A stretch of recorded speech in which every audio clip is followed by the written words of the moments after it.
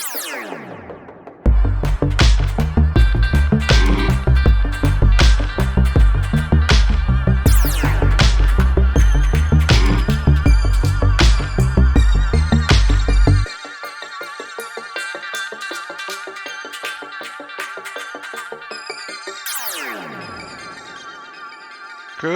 morning, everybody.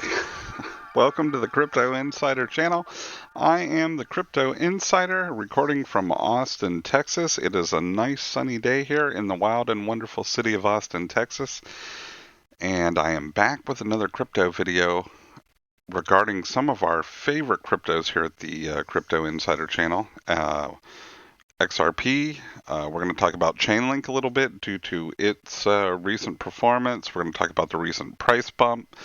I want to talk about an article that I consistently run into people quoting and saying regarding XRP's design to be used at $10,000 per XRP.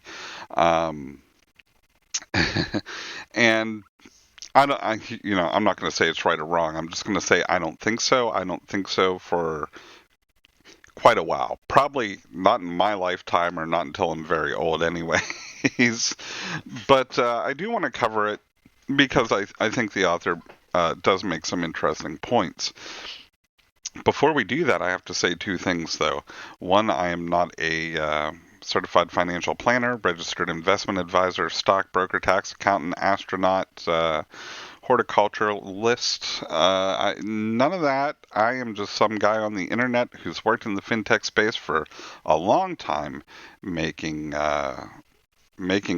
predictions, or not making predictions, but working with at Ripple partners to make their retail banking life a lot better. And when I say retail banking, I'm more involved in their DDA products. So CDs, money market accounts, IRAs, loans, and the ancillaries and everything that goes into supporting that for customers.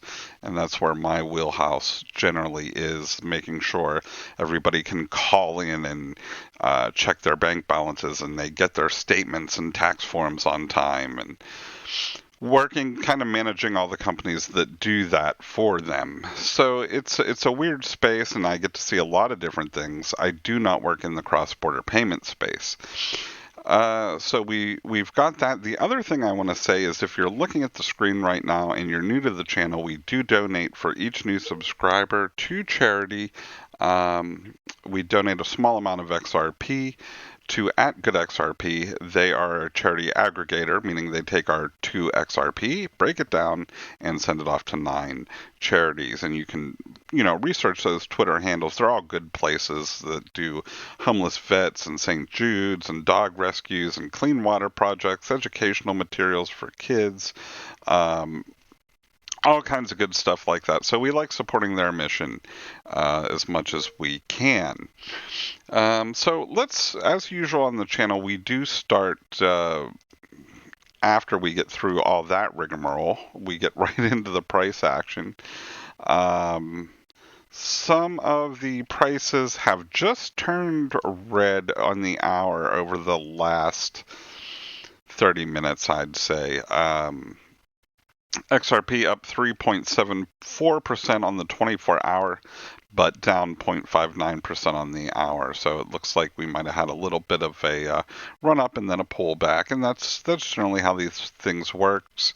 Bitcoin dominance, nothing major has happened since yesterday. We're still at 64.12%, but yesterday we might have been at 64.2 or 0.3. The reason we look at Bitcoin dominance is because we expect that if this number drops low enough, then the alts sort of stand on their own, and it kicks off what you'll see referred to as the alt season. And then the technical analysis will get much more useful. Right now, you can do all the technical analysis you want on any of these coins, and it's fun, and it points out, patterns and things like that. But at the end of the day, if Bitcoin crashes, chances are the coin you're looking at is going to crash as well, just due to this high Bitcoin dominance in the market space. We did have some nice winners over yesterday. Tezos, which is one of our favorites here. We think this is going to get a lot more press. Tezos allows for institutional smart contracts, and it's really one of the first to offer staking to end users. And you can go on Coinbase if you want to get ripped off and buy some Tezos and have them stake it for you. I'd find a better place to do it. Their Kraken pays, I think, 6%. There's probably exchanges that pay much more than that. So do your research if you're going to buy Tezos on the best place to house it. Normally, we recommend housing things on a cold wallet. But in the case of something like Tezos, where you can get paid to stake, you may want to pick an exchange, or you may want, if you're buying big amounts, you may want to sort of bake your own Tezos. And that I'm not sure how you do, but I'm sure there's enough information in YouTube videos out there that will tell you how to do it if you're so inclined. Link is a strong performer. It's up 1.39% from yesterday, sitting at 4.81. Not the all-time high. I think the all-time high is 4.92, but still at 90% of that number. So we could still see this, I think, perform well. And there's Link is a lot like XRP, where there's new news stories every day coming out of what they're going to use Link for. And I'll just scroll down here and see if we see any other sort of double-digit wins for crypto. Oh, look at this icon, up 20% from yesterday, and Bitcoin Gold up 16%. So, there's definitely some activity going on in the market, in the alt market. Bitcoin, broke that psychological $9,000 resistance. I'm sorry if you're hearing all kinds of beeping. I work remote, and I get a lot of my work laptop is right next to me, and so I get a lot of Microsoft Teams meeting stuff and sounds. I don't know if you can hear it or not. We're going to look at Quantize to go a little more in depth. Some of these indicators had turned red, as you just saw before I refreshed, but they turned so fast in this 5-minute area that you kind of have to keep refreshing to see which way the indicators are going. And they've gone back to green, which is good. But they've gone from green to neutral. We want to see these oscillators down here to be overbought, but they kind of lag behind trading activity a little bit. So it's hard to say what's happening. My guess is we're going to start to see some more overboughts pop up if all these moving averages are green. But up 5.46% on 7 days, 4.24% on the 24-hour. So moving in the right direction. We still have to reclaim about 10 cents to get back to where we were before that big sell-off, and that could take a while. So be patient, everyone. I had a comment from one of, you know what? Before I talk about the comments I had, I'm going to have a swig of coffee. So if you're new to the channel, this is more like a podcast. I'm not a newscaster by any stretch, and I am talking to you mostly like I would if you were sitting right in front of me. But, the first thing I would say if you were sitting right in front of me right now is, what the hell are you doing in my bedroom? But after that, we could talk about cryptocurrencies. All right, so a comment we got from one of our longtime viewers, and I say long time, the channel's really only been around for 2 or 3 months, asking me about do I have any behind-the-scenes knowledge of what's going to happen with Ripple and cross-border payments? And no, because like I said, I do not work in that space. But the last time, and a lot of the people on my team have never heard of Ripple, just because we're not in cross-border payments, and we don't even consider Ripple to be a competitor really at this point. So, but I wanted to talk about a story that caught our attention about a year ago. We always keep an eye on FIS because they are huge. In the fintech space, as FIS goes, so goes the rest of the so goes the rest of fintech, basically. Usually FIS is number one on the fintech 100 list multiple years in a row. And their biggest competitor is a company called Fiserv. And they both compete in all kinds of areas of fintech and banking. So I can't really say one is better or worse than the other. You know, you'd have to look at the stock prices if you were interested, and the earnings and all that. But they both make their money from kind of the same industry, but by doing different things. Um, but they're both behemoths. So this story came out, and I noticed it when it came out because FIS buys WorldPay for $35 billion as payment consolidation heats up. And I know this is a Forbes article by Donna Fuscaldo, who we've never covered before. This is an old article, but I just wanted to point this out at how much room there is in the market for Ripple to grow. FIS buys WorldPay for $35 billion. Well, if you remember the stories over the past month, what's Ripple valued at? $10 billion. So FIS basically buys 3.5 Ripple Labs Incorporated and doesn't bat an eye. So that should tell you how much of a behemoth they are. And they are definitely looking at this cross-border payment space. In fact, there is a video out there of I think it's Brad Garlinghouse debating Esther. She has a strange name, and I want to say that it's Esther Pig, going off of my memory, PIGG from FIS. Um, so you know, they're both in the same market, and FIS is competition to Ripple, but FIS also, as one of the reasons why one of my positions is Hedera Hashgraph, because FIS is on the governance council. So is Boeing, and so is Google now. So you have these heavy hitters getting behind HBAR, and you're really not doing yourself well, in my opinion. Remember, I'm not an investment advisor, to ignore something like HBAR when all these companies are getting behind it. Remember, so looking at the headline, FIS buys 3.5 Ripple Labs. If they decide they want to start putting out products that use HBAR for whatever reason, they're going to be able to sell it to a lot of people. They have a lot of eyes, a lot of ears. They have open doors to every single major financial company in the world. Anybody that's anybody, FIS can walk right through the door and say, we're here, and we would like you to look at this. And they will get a meeting like that. So I'm the last time I heard anybody in my space mention Ripple, from the few people that have even heard of Ripple, it was when we bought this, and they were pointing out that Ripple would be a competitor to FIS. So there, you know, I don't know exactly what mechanism FIS is using to complete these remittances and payments. My guess is it's Swift or some version of Swift. Swift isn't the only one, by the way. There's another few very popular. And once the deal is completed, it will be the largest processing and payments company in the world, jumping ahead of Fiserv.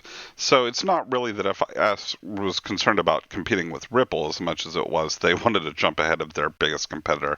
Like I said earlier, it's Fiserv.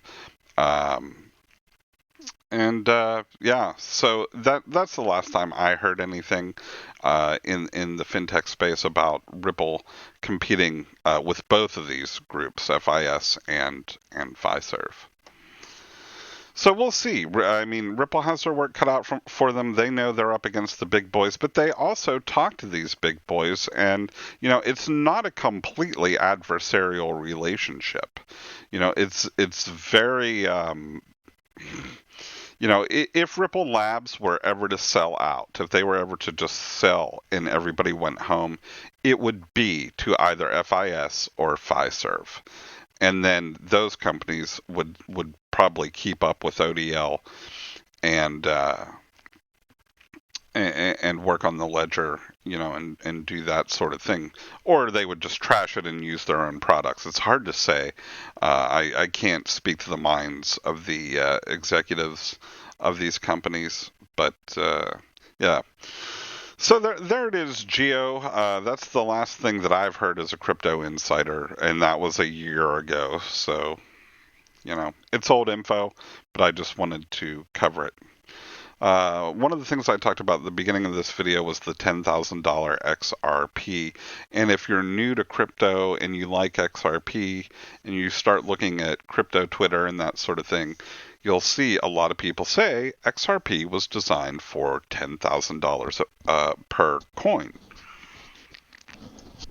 And I wondered where this was coming from, and I think it comes from this article last February by Mark Phillips, and he lists a lot of reasons why it was designed to carry $10,000. XRP's primary use case is to enable cross-border payments that are faster, cheaper, and more reliable than existing systems such as SWIFT. On Ripple's own Insights blog, Shannon Leonard explained how XRP is the only digital asset specifically designed for financial institutions and payment providers on a reliable, on-demand source of liquidity for cross-border payments. And it talks about what is liquidity. Liquidity describes the degree to which an asset or security can quickly be bought or sold in the market without affecting the asset's price, and that's true in cryptocurrency. And from a traditional standpoint in the market, if we would say a company is liquid, it generally means that they're cash heavy. So if you have a traditional business where you're doing a net 30 type of invoicing situation and you've got to send out an invoice and wait for somebody to get it, put it into their systems and send you back the money, that is not as liquid as something like a laundromat where people are bringing in coins or in cash and you're selling your product and getting your payment instantly. So I've heard liquidity used in both situations. The fact that Ripple Labs locked up 55% of total XRP in time-released escrow accounts and has been disciplined in relocking the unsold portions will help to eventually drive the price up. So, a lot of people don't like that and they say, oh, Ripple's dumping again on the market. But, I would rather coins do this than, use 1% of the world's computer or electricity trying to mine to solve these mathematical equations when there's absolutely no reason to waste that much energy on it. And then it goes on to talk about SWIFT. Again, SWIFT isn't the only cross-border payment processing out there by any means. There are two more, and I forget the acronyms for them. Two more that come to mind. And they're saying, so how high can this go? If the entire 1.14 quadrillion value of all asset classes was tokenized via XRP, that would require at least 11,400 per XRP. It's not likely to happen, but it demonstrates the scale of liquidity that XRP is designed to handle.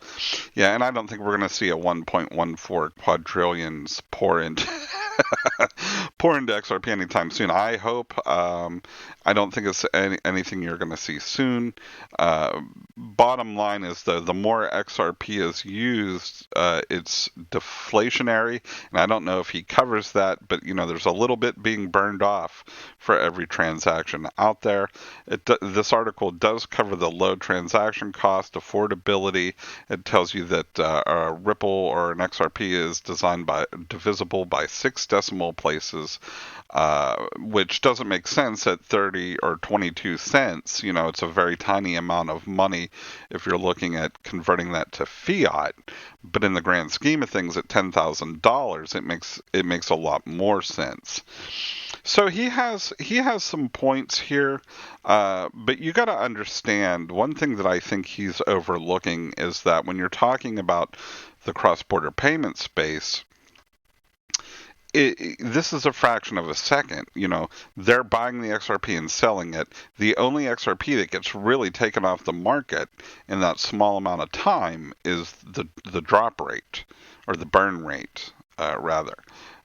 So it's not like to do $1 billion transfer. That all this XRP is going to be taken off the market for any strong length of time. But as it scales and these large transactions are happening, 60 times a second, that's going to create a demand for liquidity.